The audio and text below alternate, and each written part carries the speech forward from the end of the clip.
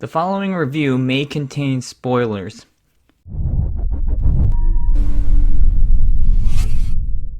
A very well-directed scene in the film was about the day where Howard Ashman finds out that he has HIV. They reverse the order of the events in the day. They give us audio clips of him from an evening question and answer session about the future of movie musicals. After playing some snippets from this question and answer, it's revealed that Ashman found out earlier that day that he had HIV. It makes the whole event seem that much more tragic, that he's essentially hiding this devastating news from an audience who are there to celebrate him and his work. When asked if he had a musical in mind to convert into a movie, Ashman replies that he doesn't and that he plans on resting. Very haunting moment in the film. Another interesting filmmaking choice was that the audio of this is paired with the shot of an empty chair on the stage of the place where they had the Q&A. This is a very well-directed scene in this documentary and one of the most moving. Another interesting choice by the director was to not show the usual talking heads in the documentary, but to just have their voiceovers over the footage or old photographs. It just gave a different feel to the documentary from the norm, and also visually kept the focus on the subject matter at hand, Howard Ashman, as the vast majority of the footage is of him. But the best aspect of the documentary are the sentiments it leaves for the viewer when the movie ends. For Howard Ashman, it seemed like he was at his professional and creative peak, and then it was all taken away from him so tragically. It leaves you thinking how much more great work he could have done with these Disney animated films.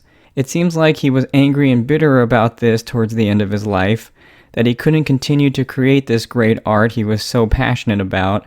The ending of the film is so moving, it just leaves you thinking a lot about your own life and how quickly it can all disappear and what legacy you can potentially leave behind. The beginning of the film left me wanting some more information about Ashman and his personality more specifically.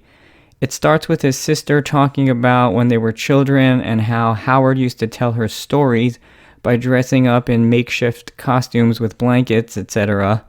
Not knowing a lot about Ashman before this documentary, it painted a picture of how he was this cheerful, happy-go-lucky, creative type. So you have this image of this certain type of personality even through his college years until we finally see him speak on camera, and then we see that he really doesn't seem like this type of person at all.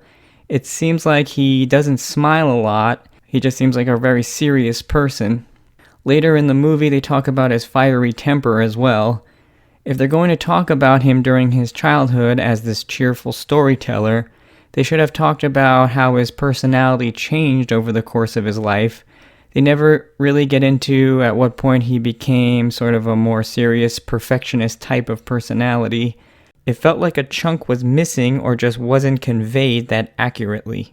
My final rating for Howard is 3.5 stars. As of the making of this video, the Rotten Tomatoes percentage for Howard is 93%, which is just about right.